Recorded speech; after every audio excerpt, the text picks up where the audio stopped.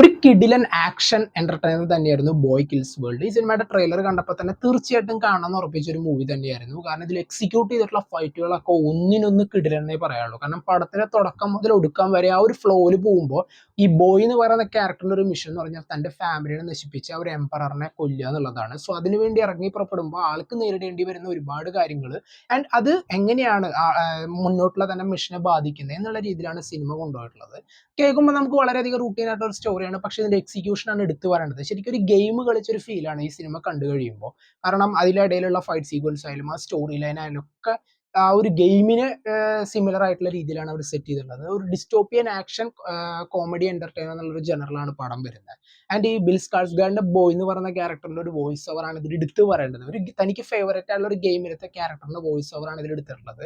And ആ ഒരു ക്യാരക്ടറെ നല്ല രീതിയിൽ തന്നെ ആൾക്ക് വളരെയധികം ഡയലോഗില്ല, ഫുള്ളി വോയിസ് ഓവറിലാണ് മൂപ്പറിലെ ആ ഒരു ക്യാരക്ടർ മുന്നോട്ട് പോയിട്ടുള്ളത്. ആൻഡ് അത് നല്ല കുറെ സ്ഥലത്തൊക്കെ നല്ല രീതിയിൽ തന്നെ ആ ഒരു ക്യാരക്ടറിനെ യൂട്ടിലൈസ് ചെയ്തിട്ടുണ്ട്.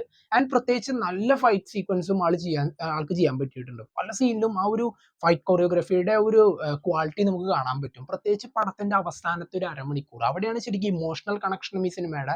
പ്രത്യേകിച്ച് പിന്നെ ബാക്ക്ഗ്രൗണ്ട് സ്കോർ ആൻഡ് ആ ഫൈറ്റ് സീക്വൻസ് എല്ലാം നല്ല അടിപൊളിയായിട്ടുള്ളത് ആ ഒരു അവസാനത്തെ ഒരു അരമണിക്കൂറാണ്. ഇടയിലുള്ളതും ഒന്നിനൊന്നും മെച്ചം തന്നെയാണ്. ബട്ട് എനിക്ക് വളരെ ഫേവറേറ്റ് ആയിട്ടുള്ളത് അവസാനത്തെ ഒരു അരമണിക്കൂറാണ്. ഇങ്ങനെയുള്ള ഒരു ആക്ഷൻ എന്റർടൈനർ ആണോ നിങ്ങൾക്ക് കാണാൻ താല്പര്യമെങ്കിൽ തീർച്ചയായിട്ടും കണ്ടു നോക്കുക. പടം OTT വന്നിട്ടുണ്ട്.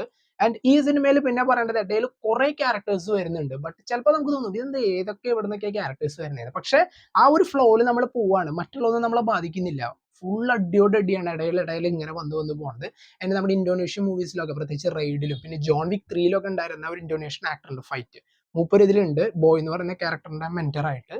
ആളും നല്ല കിടിലായിട്ട് ചെയ്തിട്ടുണ്ട്. പ്രത്യേകിച്ച് ആ ഒരു ക്ലൈമാക്സിനോട് അടുപ്പിച്ചുള്ള സീനുകളൊക്കെ പൊളിയായിട്ടുണ്ട്. ആൻഡ് സിനിമയിലത്തെ പല ക്യാമറ മൂവ്മെന്റ്സും അത് അല്ലെങ്കിൽ ഒരു സിനിമാറ്റോഗ്രഫി മൊത്തത്തിലുള്ള മേക്കിംഗ് ഒരു റിച്ച്നെസ് നമുക്ക് പല സീനിലും കാണാൻ പറ്റും.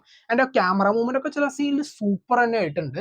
ഓവറോൾ നമുക്ക് പടം കണ്ടു കഴിയുമ്പോൾ ഗെയിം ഓവർ ഫൈനൽ ലെവലിൽ നമ്മൾ കംപ്ലീറ്റ് ചെയ്തു എന്നുള്ള ഫീൽ തരുന്ന ഒരു മൂവി തന്നെയാണ്. തീർച്ചയായിട്ടും കണ്ടുനോക്കുക. ഇങ്ങനെയുള്ള മൂവീസ് കാണാൻ താല്പര്യമുള്ള ആളാണ് നിങ്ങളെങ്കിൽ തീർച്ചയായിട്ടും കണ്ടുനോക്കുക. പടം കണ്ടവർ നിങ്ങളുടെ അഭിപ്രായം കമന്റ് ബോക്സിൽ നോട്ട് ചെയ്യുക. കാണാത്തവർ തീർച്ചയായിട്ടും കാണാൻ നല്ല കിണ്ടിൽ അടിപ്പെടുന്നത് തന്നെയാണ്.